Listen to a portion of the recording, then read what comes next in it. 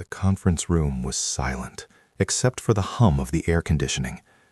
Richard Halvorsen sat across from a man he hadn't thought about in years, his hands trembling slightly as he clutched a folder containing his resume. The man across from him, younger, calmer, with the quiet confidence of someone who had nothing left to prove, leaned back in his chair and smiled. Not a cruel smile, just aware. "I remember what you said," Ethan Cole began, his voice measured. "Back in 2013, you called people like me idiots." Richard's throat tightened. He opened his mouth to respond, but nothing came out. 10 years ago, he had been untouchable. Now he was here, begging. Welcome to Money Stories That Matter channel, where we dive deep into the stories behind fortunes made, empires lost, and lessons learned the hard way. Today's story is called "Only Idiots Buy Bitcoin," said the CEO. Years later, he was begging a crypto millionaire for a job. And trust me, this one hits different. If you're new here, make sure to hit the subscribe button because we bring you stories like this every single week. Stories that matter, stories that teach. Now, let's get into it. The year was 2013. Richard Halvorsen was at the peak of his career, 52 years old, impeccably dressed, with silver hair that made him look distinguished rather than old. He was the CEO of Harman Capital Advisors, a mid-sized but highly respected investment firm in New York. Richard had built his reputation on traditional finance: stocks, bonds, real estate, predictable, reliable, old-school wealth. He was the kind of man who wore cufflinks to casual Fridays and believed that anything he didn't understand was probably a scam. And in 2013, Bitcoin was just noise to him. Noise made by kids in hoodies who thought they could reinvent money. Richard had come from nothing. He grew up in a working-class neighborhood in Pittsburgh, the son of a steel worker who died young from lung disease. He put himself through community college, then transferred to Penn State, working nights at a grocery store to pay for books. He climbed every rung of the ladder the hard way. No connections, no trust fund, just relentless work and an iron belief in doing things the right way, the traditional way. By the time he made CEO at 47, he felt invincible. He had earned it, and he wasn't about to let some internet trend tell him he was wrong about money. It was at a corporate finance conference in Manhattan, broadcast live online, that Richard said the words that would define him for the rest of his life. A journalist in the audience, trying to be clever, asked him what he thought about Bitcoin. The room chuckled. Richard didn't even pause.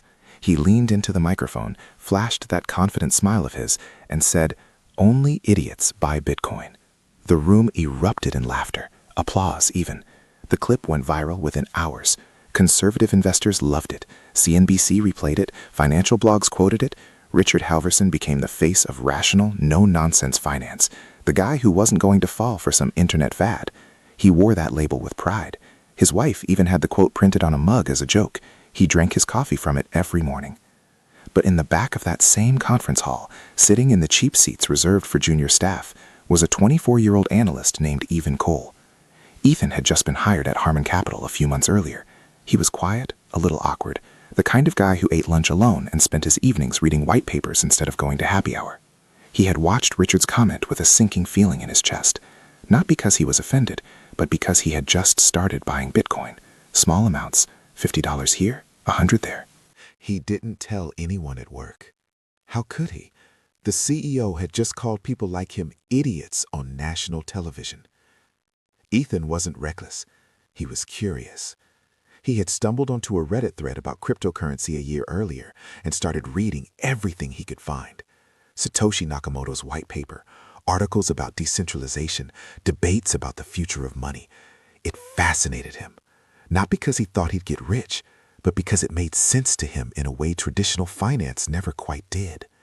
He saw Bitcoin not as a get-rich-quick scheme, but as a fundamental shift in how value could be stored and transferred, a rebellion against centralized control, a hedge against inflation, a technology, not a trend. So he kept buying, quietly, carefully, and he kept working at Harman Capital, keeping his head down, knowing that if anyone found out, he'd be laughed out of the building.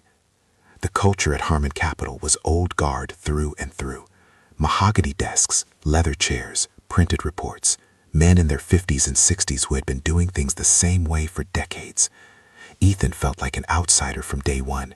He was young, he didn't golf, he didn't talk about his alma mater because he went to a state school nobody cared about. He just did his work, crunched his numbers, and kept his head down. But at night, in his cramped studio apartment in Queens, he was living a double life. He was learning Solidity, joining Discord servers, attending blockchain meetups in Brooklyn where developers talked about smart contracts and decentralized finance. Two worlds, and he knew which one had a future. The years rolled on. Richard continued running Harmon Capital the way he always had. Conservative, risk-averse, profitable but not innovative. By 2015, the firm was starting to feel the pressure. Younger, more agile competitors were eating into their market share. Fintech startups were offering services that Harmon couldn't match. Robo-advisors were undercutting their fees. But Richard didn't adapt. He doubled down. He believed in his methods. He believed in himself. And why wouldn't he? He'd been right his entire career. When board members suggested exploring digital assets or blockchain technology, Richard shut them down immediately. "We're not a tech company," he'd say. "We're a wealth management firm. We deal in real assets." Real assets. That phrase became his mantra. He said it in meetings. He said it to clients.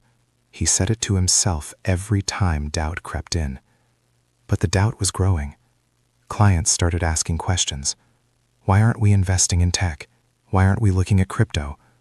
Richard's answer was always the same. It's a bubble. It's a fad. We protect wealth. We don't gamble with it. Most clients nodded and trusted him. A few left.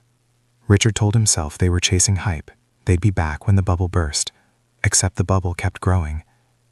Meanwhile, Ethan was quietly transforming his life. By 2016, his small Bitcoin investments had grown significantly. Not life-changing yet, but enough to make him pay attention. He started diversifying into Ethereum when it was trading at $8. He learned about smart contracts and saw the potential immediately. This wasn't just digital money. This was programmable trust. He joined online communities, attended meetups, talked to developers. He wasn't trying to get rich quick. He was trying to understand a technology he believed would change the world. And slowly, carefully, he began to build a portfolio that reflected that belief. In 2017, during the first major crypto boom, Ethan's investments exploded. Bitcoin hit $20,000. Ethereum crossed $1,000. His portfolio, which had been worth maybe $30,000 at the start of the year, was suddenly worth over $500,000. He didn't sell everything. He wasn't greedy. But he took enough profits to quit his job at Harmon Capital. He left quietly, without fanfare, in early 2018. Richard barely noticed, just another junior analyst moving on. Ethan didn't tell anyone where he was going or what he was doing. He disappeared into the world of cryptocurrency. And for a long time, no one at Harmon Capital thought about him again. Richard, meanwhile, was facing problems he couldn't ignore anymore. By 2018, Harmon Capital was bleeding clients. The firm had missed every major opportunity of the past 5 years. They hadn't invested in tech. They hadn't embraced fintech. They were still operating like it was 1995. Richard convinced himself it was just a rough patch. Markets go up and down. This too shall pass. But it didn't pass. In 2019, a major client pulled out, taking $30 million with them. Then another, then another. Richard made desperate moves. He pushed for a merger with a larger firm, hoping it would stabilize things. It didn't. The merger was a disaster. Cultural clash, poor integration, more clients left. By 2020, Harmon Capital was a shell of what it once was. The pandemic made everything worse. As the world shut down, digital assets surged. Bitcoin hit new all-time highs. DeFi exploded. NFTs became a phenomenon. And Harmon Capital, still clinging to its traditional model, became irrelevant almost overnight. Clients called asking about crypto exposure. Richard didn't have answers. He didn't have products. He didn't have expertise. He had nothing but the same old portfolios that had worked in 2005, but meant nothing in 2020. The phone stopped ringing. Emails went unanswered. The office, which used to buzz with energy, became a tomb. Richard tried to hold on. He took out personal loans to keep the company afloat. He mortgaged his home. He burned through his savings. His wife begged him to let it go, to declare bankruptcy and start over. But he couldn't. This company was his identity. It was proof that a kid from Pittsburgh could make it. Letting it die felt like admitting his entire life had been a mistake. So he held on, and he sank deeper. In early 2021, Harmon Capital officially filed for bankruptcy. Richard was 60 years old. His reputation was in tatters. The man who had once been quoted in the Wall Street Journal was now unemployed, broke, and desperate. His wife left him 3 months later. She didn't want to leave, she said, but she couldn't watch him destroy himself anymore. Richard moved out of their home and into a one-bedroom apartment in New Jersey. He sold his car. He sold his watch. He sold everything that had once symbolized his success. He sent out resumes, hundreds of them, but no one wanted to hire a disgraced CEO in his 60s who had publicly mocked the biggest financial revolution of the century. The industry had moved on, and Richard had been left behind. He spent his days in that tiny apartment, scrolling through LinkedIn, watching people half his age land jobs he would have killed for. He started drinking more, sleeping less. He thought about that moment in 2013, that stupid joke, "Only idiots buy Bitcoin." The words haunted him, not because he regretted saying them, but because they had been so easy to say, so confident, so sure. Ethan, on the other hand, had spent those years building something real. After leaving Harmon Capital, he had worked quietly, methodically. He invested in early-stage blockchain projects. He advised startups. He made smart moves, avoided scams, and learned from his mistakes. He lost money on some bets, made it back on others. He didn't pretend to be a genius. He just stayed curious and disciplined. By 2019, he had enough capital to start his own fund, Cole Capital Management. It wasn't flashy, no penthouse offices, no private jets, just a small team of sharp, curious people who understood the technology and believed in the future. By 2021, the fund was managing over $200 million. Ethan, now 32 years old, was a millionaire several times over. Not from luck, from patience, from learning, from betting on something he believed in when everyone else was laughing. He didn't flaunt it. He didn't post on social media. He didn't buy Lamborghinis or throw parties. He lived in a modest apartment in Brooklyn. He rode the subway. He ate at diners. The only difference was that he didn't worry about money anymore, and he got to work on problems that mattered to him.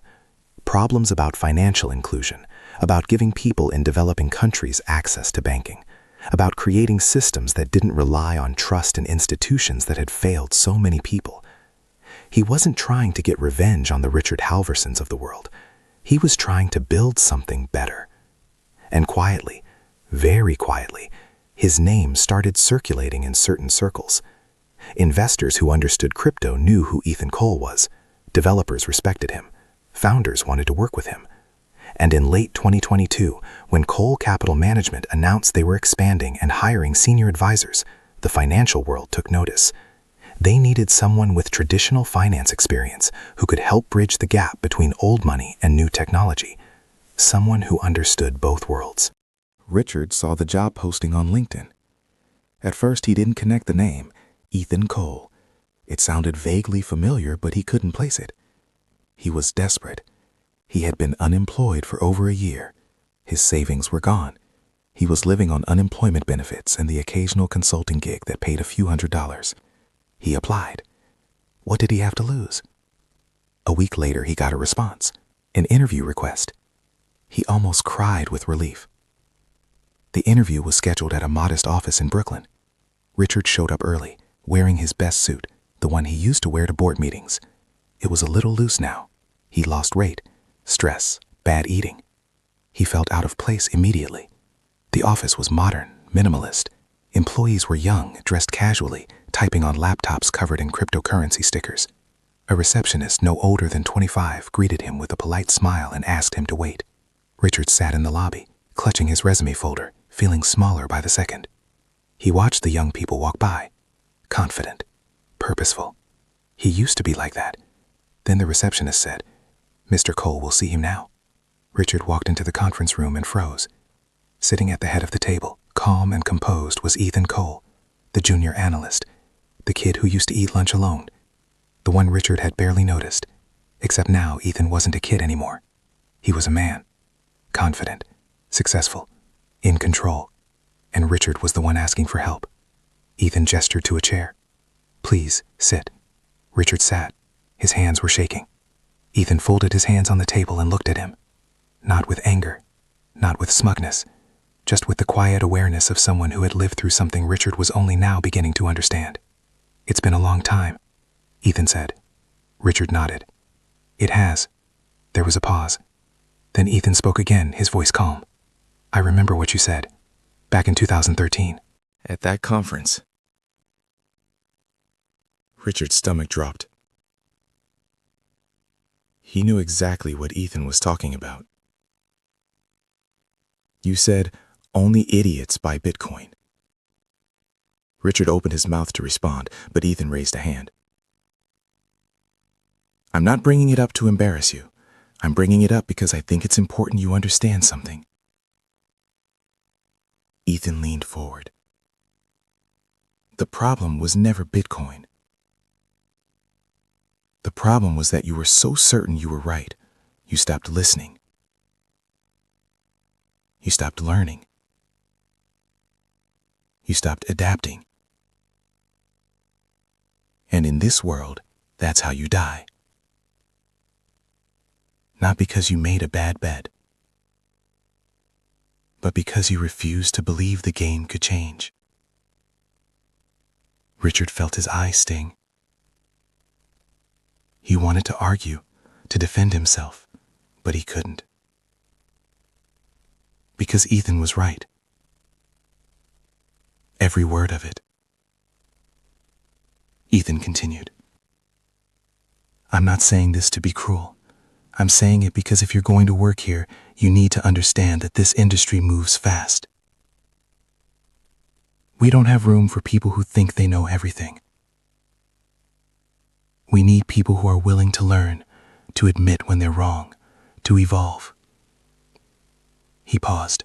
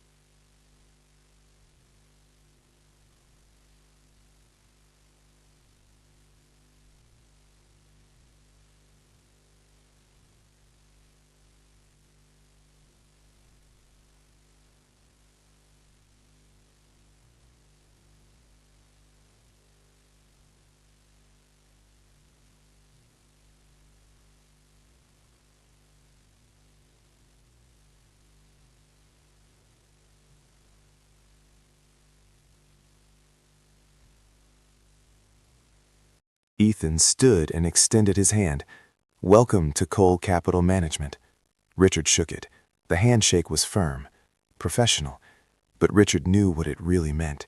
It meant he had lost, not just money, not just status, but the battle of ideas, the battle of ego. He had spent a decade being right, and it had destroyed him. Ethan had spent a decade being curious, and it had made him. Months later, Richard settled into his new role. It was humbling. He worked alongside people half his age. He took orders from managers who used to be in high school when he was running Harmon Capital. He learned about blockchain, about DeFi, about NFTs and smart contracts and things he once dismissed as nonsense. And slowly, painfully, he began to understand. Not just the technology, but the lesson, the real lesson, that the world doesn't owe you anything, that success isn't permanent, that arrogance is expensive, and that the people you underestimate today might be the ones you need tomorrow.